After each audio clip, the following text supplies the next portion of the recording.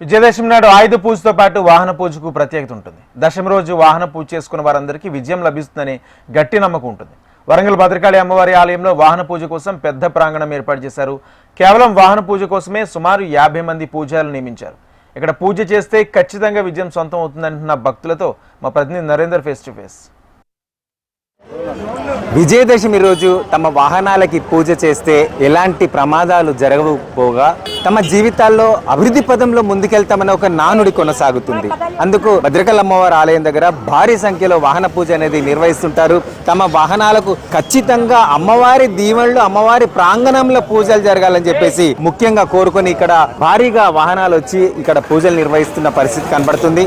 మనతో భక్తులు ఉన్నారు, పూజ చేయించుకున్న భక్తులు. అమ్మ చెప్పండి, మీరు ఏ వాహనం పూజ చేయించారు, ఏంటి మీ సెంటిమెంట్ ఏంటి? మా బాబుకి ఈరోజు కొత్త బండి కొన్నాము. సందర్భంగా దసరా సందర్భంగా వాహన పూజ చేయించాము. మహాభారత నేపథ్యంలో పాండవులు అజ్ఞాతవాసం నుంచి బయటకు వచ్చే ముందర శమీవృక్షం మీద వాళ్ళు దాచుకున్న ఆయుధాలను దించి పూజ చేసి మహాభారతంలో యుద్ధం చేసి ధర్మాన్ని నిలబెట్టారు.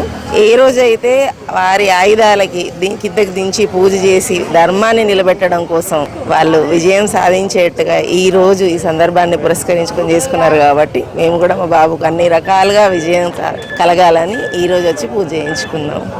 విజయం సాధించాలి తన కుమారుడు అని చెప్పేసి మీరు ఎలా ఫీల్ అవుతున్నారు? కొత్త వాహనం దసరా రోజు తీసుకున్న పూజలు చేశారు, ఎలా ఫీల్ అవుతుంది?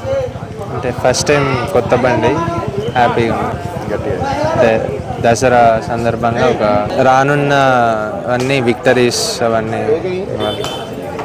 చెప్పండి, ఏంటి ఏ వాహన పూజ చేయించారు మీరు ఇక్కడ, ఏంటి సెంటిమెంట్? అందరికీ కూడా ఈ సందర్భంగా దసరా శుభాకాంక్షలు. తెలంగాణ ప్రజల అందరికీ కూడా దసరా సందర్భంగా మా అబ్బాయికి కొత్త బండి 2 వీలర్ కొనడం జరిగింది.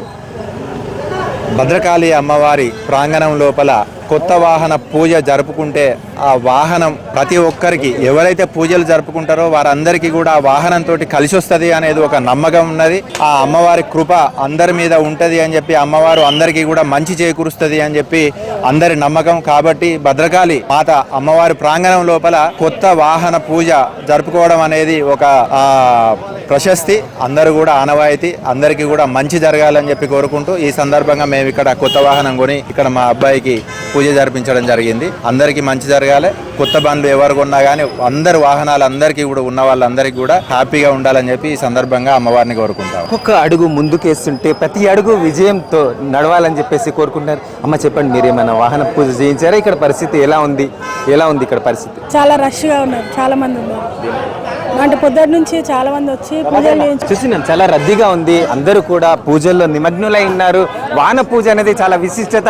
వారి వాహనంపై ఏదైతే కార్యం దాల్చి ముందుకెళ్తారో ఆ కార్యక్రమం ఖచ్చితంగా విజయం సాధిస్తుంది. కాబట్టి అమ్మవారి సమక్షంలో పూజలు నిర్వహించడం అనేది ఆనవాయితీగా వస్తుంది. కాబట్టి కొత్త వాహనాలు కొన్న వాళ్ళు కూడా ఇక్కడ పూజలు చేసుకుంటారు. ఇక్కడ అర్చకులు ఉన్నారు, ఆయన అడిగి తెలుసుకుందాం. ప్రభాకర్ అన్న చెప్పండి, ఏంటి ఈ సెంటిమెంట్, ఎంతకాలం నుండి కొనసాగుతుంది, దీని విశిష్టత ఏంటి? భద్రకాళి శరణం మమ. ముందుగా ఈ దేశ ప్రజలకు, రాష్ట్ర ప్రజలకు విజయదశమి శుభాకాంక్షలు. ఆ భద్రకాళి అమ్మవారి అనుగ్రహం వల్ల అందరూ ఆయుర ఆరోగ్యాలతో సుఖ సంతోషాలు ఉండాలని కోరుకుంటున్నాను. ముఖ్యంగా వాహనం వృషభోజస్య వాసుకి కంఠభూషణం వామే శక్తిధరం వందే వకారాయ నమః. అంటే వాహనాలు అనేది ముఖ్యంగా దేవతలకు కూడా ప్రతి ఒక్కరికి వాహనం ఉంటుంది. ఆయా దేవతలకు ఆయా వాహనం ఉంటుంది. శివునికి నందిలాగా, గణపతికి ఎలకలాగా ప్రతి ఒక్కటి వాహనం వాళ్ళ సౌకర్యార్థం వాహనం అనేది ఇప్పుడు ఈ కాలంలో ప్రతి ఒక్కరికి కంపల్సరీ అయిపోయింది. ఆ విధంగానే ఈ వాహనాలు అందరూ వాహనం మీద రవాణా సౌకర్యం ఉండాలంటే మన గవర్నమెంట్ తరఫున ఆర్టీసీ బస్సులని, ఎవరెవరు చతుశ్చక్ర వాహనాలు, ద్విచక్ర వాహనాలని ప్రతి దానికి వాళ్ళ సౌకర్యం కొరకు వాహనాలు అనేది తప్పనిసరి అయిపోయింది.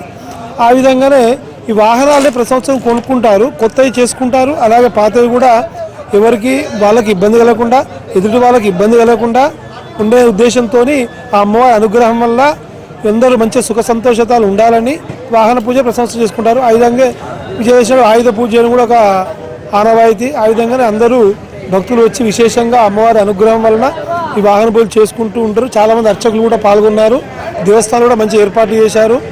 మనకు ఈ సామాన్ అనేది అంతే అవైలబుల్ ఇక్కడే ఉంటుంది. కాబట్టి అందరూ సుఖ సంతోషంగా మంచి సంతోషంగా వాహన పూజ చేసుకొని వాళ్ళ ఇంటికి ప్రయాణం అవుతున్నారు.